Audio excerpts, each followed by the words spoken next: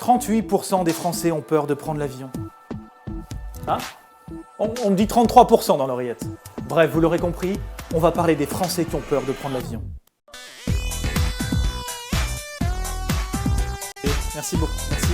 La lumière là, ça va au niveau de vous? Non. Non.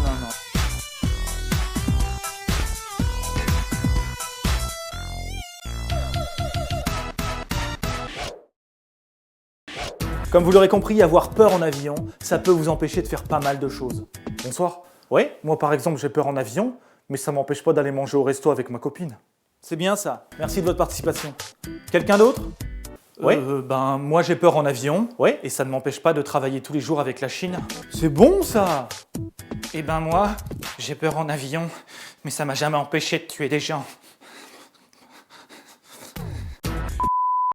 Par contre, dans la vie, tout peut arriver.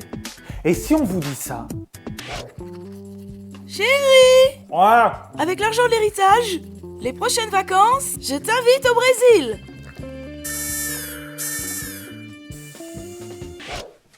Bon, ok Thierry. Moi, c'est Henri. On s'en fout. T'es le meilleur, t'es mon poulain, j'ai vu tes stats.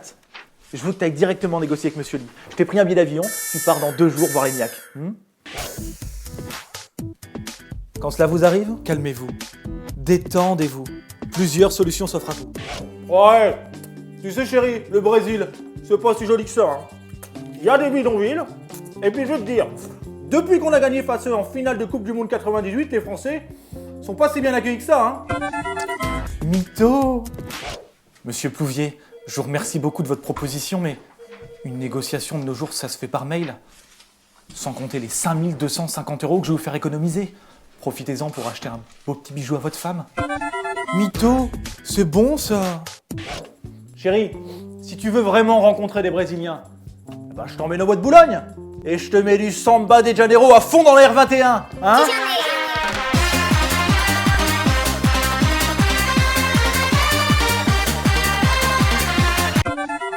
Gros mytho! En plus, monsieur Plouvier, j'ai trouvé une usine qui travaille beaucoup mieux et qui fait des meilleurs prix en Alsace. Énorme mytho! Si ces techniques ne fonctionnent pas, calmez-vous, détendez-vous et faites confiance à... L'alcool. Oh! Comment vous êtes trop belle, madame! On dirait une hôtesse de l'air. Petit bisou.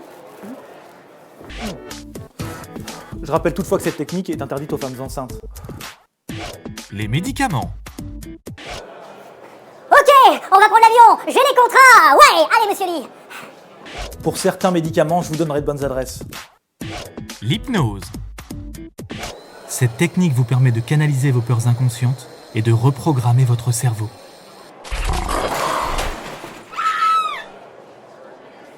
Ouais, enfin bon, ça marche pas à tous les coups. Mais ne vous inquiétez pas. J'en connais un très bon. L'acupuncture. Selon les préceptes des méridiens, l'acupuncture vous propose de détendre vos chakras directement au niveau de votre rectum.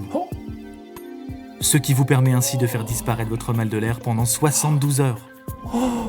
Alors, on n'est pas bien là? Un petit doigt dans le cul n'a jamais fait de mal à personne.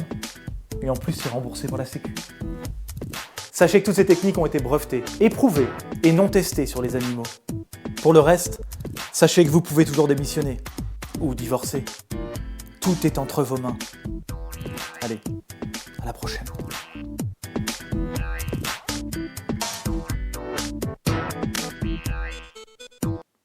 Bah moi, j'ai trouvé que c'était une bonne émission.